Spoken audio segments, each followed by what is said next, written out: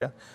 अब एक काम करते हैं, चलिए अब टाटा कम्युनिकेशन की मैनेजमेंट से बातचीत करते हैं। टाटा कम्युनिकेशन के नंबर आए और एक बार स्टॉक लेके आएंगे स्क्रीन पे। और यहाँ पे जो पहली तिमाही थी उसमें जो टाटा कम्युनिकेशन का डेटा रेवेन्यू है उसमें करीब 20% की ग्रोथ थी, जबकि जो डिजिटल पोर्टफोलियो है वहाँ से रेवेन्यू में करीब 51% का इजाफा था। मार्जिन्स में आप देखें स्लाइट इंप्रूवमेंट है। नंबर से बातचीत करते हैं, हमारे साथ इस पर बातचीत करने के लिए कंपनी के CFO कबीर अहमद जुड़ चुके हैं। नमस्कार, कार्यक्रम में स्वागत है। इस क्वार्टर में आई थिंक जो चीज़ थोड़ा सा मैं आपको थोड़ा सा आई थिंक इस क्वार्टर को अगर आप थोड़ा सा एक्सप्लेन और कर पाएँ की हाइलाइट्स क्या रही थी, और ज़्यादातर जो इम्प्रूवमेंट था वो नज़र आया जो आपके इनऑर्गेनिक एसेट्स आपने इस क्वार्टर में जोड़े थे उनसे। बाकी इम्प्रूवमेंट कैसा रहा और आगे कैसी ग्रोथ एक्सपेक्टेशन है इन एडेड एसेट्स में? Q1 की शुरुआत अच्छी हुई है। ग्रोथ हमारा जो हमारा टारगेट है उसके लायक चल रहा है। प्रॉफिटेबिलिटी भी एक्विजिशन की वजह से जो गिरा हुआ था, हमारा यही टारगेट था कि हम प्रॉफिटेबिलिटी को थोड़ा इंच अप करेंगे और बढ़ाएंगे। वो क्लियरली दिख रहा है। लास्ट क्वार्टर 18.6% था, इस क्वार्टर हम 20% पे आए हुए हैं। सो दोनों के मुकाबले मुझे देखें तो अच्छी शुरुआत हुई है इस क्वार्टर के लिए।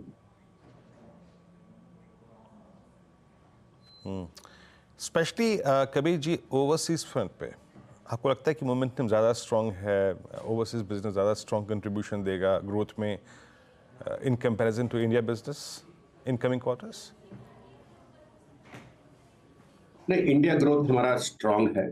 इंडिया एंटरप्राइज ग्रोथ कंटिन्यू हो रहा है स्ट्रांग पोजीशन में।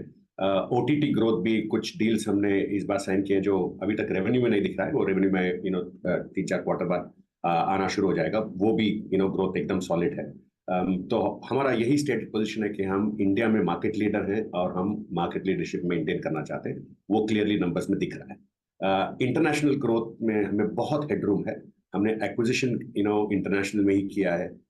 जो ग्रोथ एस्पिरेशंस हमारे हैं इंटरनेशनल में, बहुत अपॉर्चुनिटीज हैं। तो मेरे ख्याल में दोनों लीवर फायर होने चाहिए।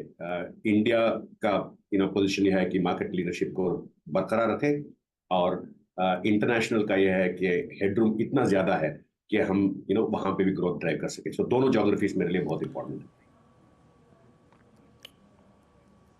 हाँ, मतलब एक और बात सर, क्योंकि आप बीते क्वार्टर में ज़्यादा आई थिंक चर्चाओं में रहे हैं फॉर योर एक्विजिशंस, तो मैं जानना चाहूँगा the kind of cash component you have right now in your books. आने वाले क्वार्टर्स में आप लोग एक्विजिशंस के लिए बढ़ेंगे, या फिर अभी जो इस क्वार्टर में एक्विजिशंस किए गए थे पहले उनका इंटीग्रेशन प्रोसेस कंप्लीट होगा, then you will move ahead for acquisitions? आप बिल्कुल सही कह रहे हैं। हमारा स्ट्रैटेजी ऑर्गेनिक और इनऑर्गेनिक दोनों है। अच्छे टारगेट अगर मिलेंगे तो हम उसको परस्यू करेंगे। मगर जैसा आपने बताया, इंटीग्रेशन हमारे लिए बहुत बहुत इंपॉर्टेंट है। तो इस साल इंटीग्रेशन पे फोकस होगा इन दोनों एक्विजिशन का, स्विच और कलेरा का। और दोनों बहुत सही अपने प्लान पे चल रहे हैं। अगर मैं बताऊं कि हमने हमारा खुद का प्लेटफॉर्म था डीगो, हमने एक्वायर किया कलेरा। Q3 से हमने डीगो पोजीशन करना बंद कर दिया। अब हम एक ही प्रोडक्ट लेके जाते हैं कस्टमर के पास, वो है कलेरा। तो अगर नंबर भी अगर हम अनपील करके देखें कि ग्रोथ एक्विजिशन वाले पोर्टफोलियो से आ रही है या ऑर्गेनिक पोर्टफोलियो से, वो कहना बहुत मुश्किल है, क्योंकि हम पोजीशन एक ही पोर्टफोलियो को कर रहे हैं। दो पोर्टफोलियो अगर करेंगे तो मार्केट में कंफ्यूज हो जाएंगे हमारे कस्टमर। सो उसके मुकाबले अगर हम देखा जाए तो हमारा ग्रोथ एकदम ट्रैक पे और सही चल रहा है।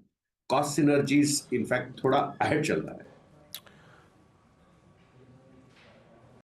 ओके कबीर जी, बहुत बहुत शुक्रिया आप इस कार्यक्रम में शामिल हुए, नंबर से अपने बातचीत करी। बहुत बहुत शुक्रिया and best of luck for coming quarter.